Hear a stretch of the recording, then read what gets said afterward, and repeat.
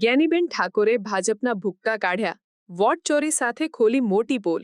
જે મતદાર યાદી પ્રસિદ્ધ થવાની હોય છેલ્લી ત્યારે 1 મહિનો મારા પોતાના વ્યક્તિગત પ્રશ્નની મારા ત્યાં ચોકી માટે રાખવામાં આવતો કે ભાઈ આ ખબર રાખજો કે આ છેલ્લે દાડે ખોટા મતદારો દાખલ કરવામાં આવશે।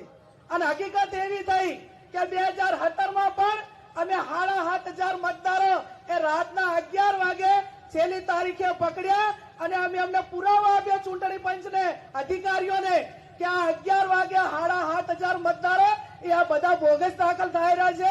25 નામ તો દાખલ થયા, ચૂંટણી પંચે કે વહીવટી તંત્રે કોઈ પગલા ના લીધા।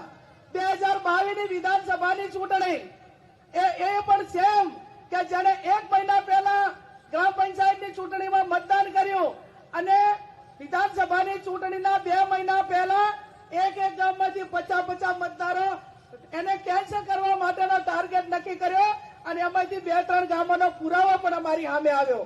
અને પુરાવો આ તમે એમ જુઓ કે આ જે ગુજરાત સમાચાર છે એના 2022 નો 9/2022 ની આ પ્રેસ નોટ છે। એને મામલતદારને કે પ્રાંત અધિકારીને અમે આવેદન પત્ર આપી અને પુરાવા રજૂ કર્યા કે આ ભાઈ આવા લોકોએ આટલા વોટ ચોરી કરી છે।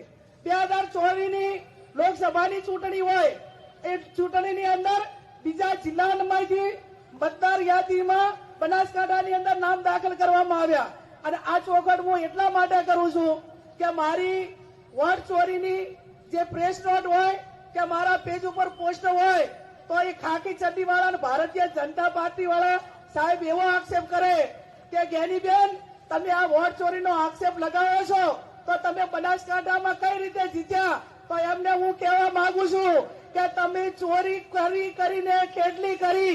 જે અમે 1.5-2 લાખે જીતવાના હતા એ 30,000 લાયા, પણ તમારા ચોરી માટેના પુરાવા જોતા હોય તો આજે પણ અમે આપવા માટે તૈયાર છીએ।